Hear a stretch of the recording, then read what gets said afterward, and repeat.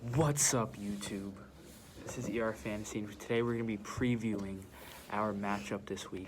Nav and I actually have a $50 bet on which team finishes higher in the playoffs, and this game is going to be instrumental. Pretty much, it could determine whether or not I lose 50 bucks or take his money.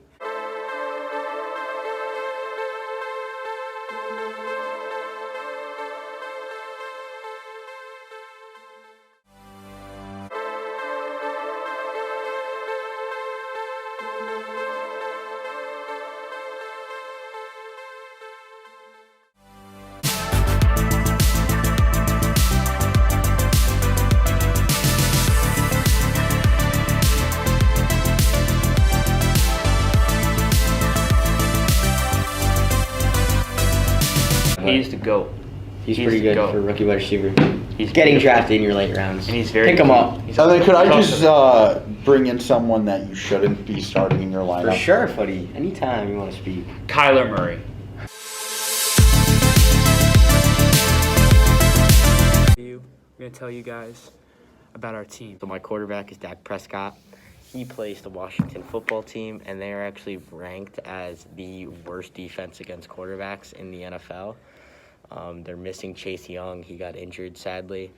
So Dak should have a lot of time to throw. Yeah. And he has people to throw to with CeeDee Lamb. CeeDee Lamb, Mari Cooper, Gallup, Dalton Schultz. So my quarterback is Teddy Bridgewater this week. I picked him up off waivers. I was trying to trade for Taysom Hill versus the Jets, but my commissioner's kind of annoying. He threw 4 picks anyways. I don't know if you want. Yeah. No, okay. But Teddy Bridgewater, the only reason I picked him up is because he's going against Detroit. He should have a decent game against bad teams. He's averaging like 25. He got 25 against Jacksonville. Yeah, he's not a great quarterback, but, I mean, you got to salvage what you got in a 12-man league. I mean, Could be good. Like an all-right quarterback against a terrible team, I'll take it. I mean, it could be a really good situation, or it can end with like 10 points, but we'll see what happens. My 2 running backs is Javonte Williams and Ezekiel Elliott. So I love Javonte Williams. I liked him from the beginning of the year. He's very good. RB1 in Denver. And next year, if we might do a keeper league, I'm seriously considering keeping Javonte Williams over Tyreek Hill. That's like serious consideration right there. He's facing Detroit, and they have a very bad run defense. And I expect him to have a very good game. He's projected like 13.5 around, and I expect him to break those projections. And my second running back is Ezekiel Elliott. And I know Pollard's there, and I know he's been on a snap count and stuff, but this week he usually, like in the NFL, you get a 7-day break, but this week for Zeke, he got a 10-day break because they played on Thursday and now they play on Sunday. So I think that Zeke will benefit from that extra 3 days off, and he's going to do good versus a bad Washington front 7. Yeah, so I think my running back room is actually better than that. We got Aaron Jones coming off the last 3 weeks. He's injured, but he should he's going to take the reins back from A.J. Dillon. I mean, Aaron Jones, he's still the clear starter. He's a top 5 running back in the league. He's going to, against Chicago's shitty team. Wait, I'm not allowed to swear. No, probably not. Okay. Just bleep it out. Against Chicago, which is not a good team, he's going to have a good game. I don't expect a 4-touchdown performance. I think Chicago has a good front 7, do they not? I don't think think Aaron Jones is going to catch the ball. I don't think Khalil Mack is there actually. Yeah, we'll see what happens. Anyways, my next running back is Clyde Edwards-Helaire. He's a decent running back. He's gonna put up 12 points a game. Against Las Vegas, you could expect them to score a lot. Against a divisional opponent, I mean, Las Vegas upset them last year, so yeah, I think Clyde Edwards will have a good game. And then for my wide receivers, I got CeeDee Lamb. This is going to be an important player this week, especially because it's going to offset. If Dak Prescott has an amazing game, he's going to need CeeDee Lamb to have that amazing game. So it's going to offset Dak Prescott's points. And, yeah, so actually, if you look at our matchup, there's a lot of players that we have that kind of, like, offset each other. For example, Melvin Gordon, I have him starting at flex versus Detroit. Because he is, at the end of the day, the starting running back, and he does get more red zone touches than Javonte Williams. I don't think so. So it's going to come down to whether Javonte Williams gets the red zone, or gets the goal line touches, or the Melvin Gordon gets the goal line touches. That's literally what our game's going to come down to. And also, it's going to come down to who Dak Prescott chooses to throw the ball. If he chooses to just throw to Ezekiel Elliott off dink and dunks, then Now's probably going to win. But if he has a couple of touchdowns to CeeDee Lamb, then I think I have a really good chance to win. Mm-hmm. So, All right. now, who are your wide receivers? Well, I have a wide receiver at flex, but we'll save that. So I have Tyreek Hill versus the Raiders. Last time he faced the Raiders, he had 7 catches on 10 targets, 83 yards, and 2 touchdowns. So I expect Las Vegas to try and either double cover Tyreek Hill or Kelsey. But honestly, if Pat Mahomes wants to win this game, he kind of has to force feed them the ball.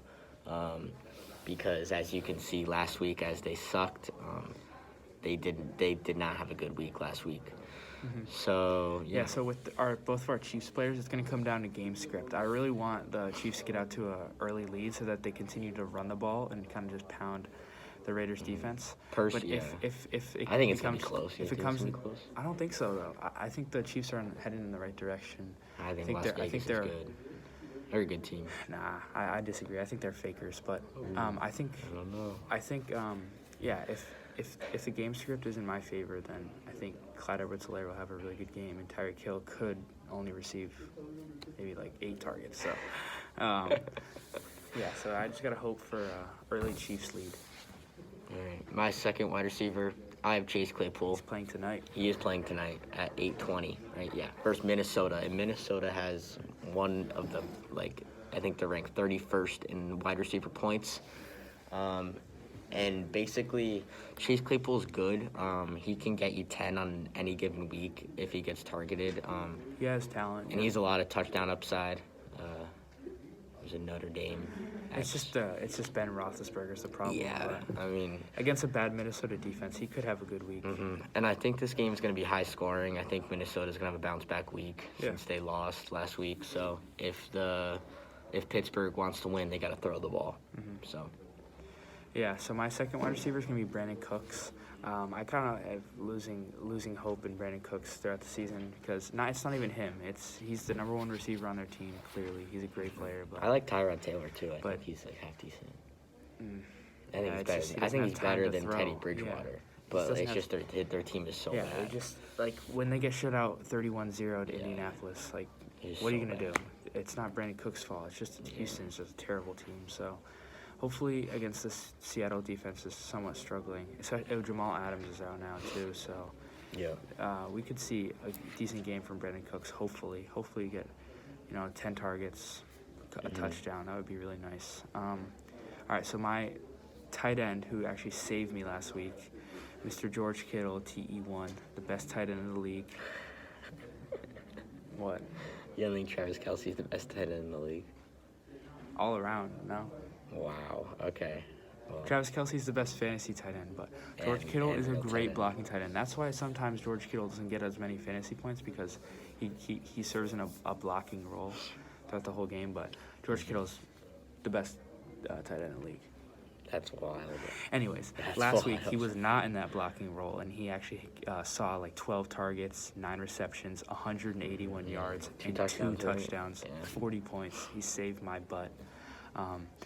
I don't see another performance as good as that, but I think they'll continue to look for George Kittle in the red zone. And I think they'll continue to look for George Kittle in important situations, third down situations. And I think against Cincinnati, it could be a high-scoring game.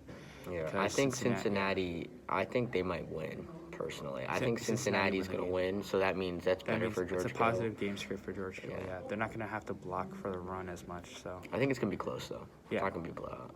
I think, but George Kittle's way better than your tight end. I'm not gonna lie. I don't think so because Dawson Knox? Yeah, he went off Dawson Knox, he did. And the thing I like about Dawson Knox is he got targeted 6 times and he almost had a touchdown. If there wasn't 40-mile-an-hour winds, you could see him getting 5 catches and a touchdown. So I love Dawson Knox. I think Josh Allen gives him the ball a lot. And he's a big part of one of the best offenses in the NFL. And he's a touchdown machine. He's at Tampa Bay, so hopefully the weather will be better than it was last week. If the weather's better, then throw their wide receivers more. Because No. in the snow, they're looking to run. So whenever they pass, the tight end's already on the field because it's going to be a fake run. That's why he got the targets, not because he's a good freaking player. I mean, he gets targets every week. All right, who's your flex, buddy? My flex is T. Higgins, the GOAT, the wide receiver 1 in the Bengals organization. Nah. No, just kidding. He's not. But I love T. Higgins because all the coverage is going to be on Jamar Chase. He's probably going to get double covered this game. So T. Higgins is going to line up with the bad cornerback 3, cornerback 2 on the San Francisco 49ers. And I love that matchup. I think Joe Burrow, he's had 20 or more points in the past 2 weeks. And before he had a bad game, but then after he had a good stretch of like 15-point games. I love T. Higgins. I think he's another second-year wide receiver, and he's breaking out. Yeah. So my flex, I said it before, but it's Melvin Gordon, who's I'm hoping is going to get more touches than Javonte Williams. I actually have a couple players I could start. I could start Jarvis Landry versus Baltimore, but I don't know. I'm feeling like Melvin Gordon's going to have a better game. Yeah, but I think my defense and kicker is going to be better than NOV's because they got the Titans defense coming off a few bad losses. Were they the ones? No, the Bills who lost to Jacksonville. But the Titans are going to dominate Jacksonville. And I think the Titans could end up having a couple picks, a couple fumble recoveries, maybe a touchdown. So any defense that's going against Jacksonville is good. And I think my defense supersedes NOV's Chargers defense against the Giants. So my Chargers defense is last week they had a touchdown. This year in fantasy. Wait, Nov, name like 3 defensive players on Chargers. Derwin James, Bosa, and Bosa? Joey Bosa. Oh yeah, and Derwin James. Oh my God, who's the third one? Oh, Asante Samuel Jr. Is that his name? Yeah, it right? is. There you go.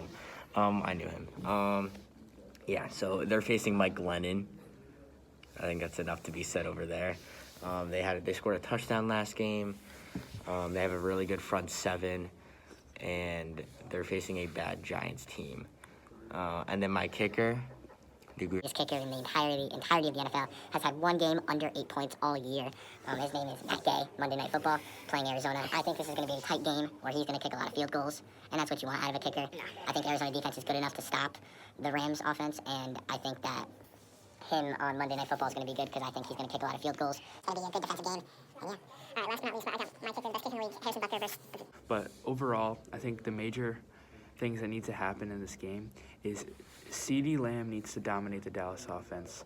Melvin Gordon needs to get goal line touches, and the Chiefs need to get out to an early lead. And also, the Broncos need to throw the ball It's asking for a lot. and throw the ball to Melvin It's Gordon. asking for a lot.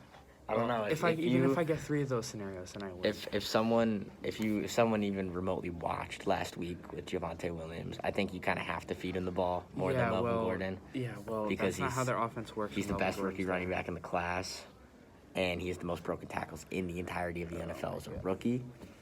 So I say feed the man, not Melvin Gordon. He's not good. All right. And he practiced limited this week, so I think he's going to have an even more limited role. All right, so we'll see you guys next week when I win. And Nav loses. No, sir. Yeah. You want to put money on it or something? We already have $50. Yeah, you're scared though? No. My team is better. He's scared. People know. He doesn't People know know. the Chargers defense. Thank you for watching.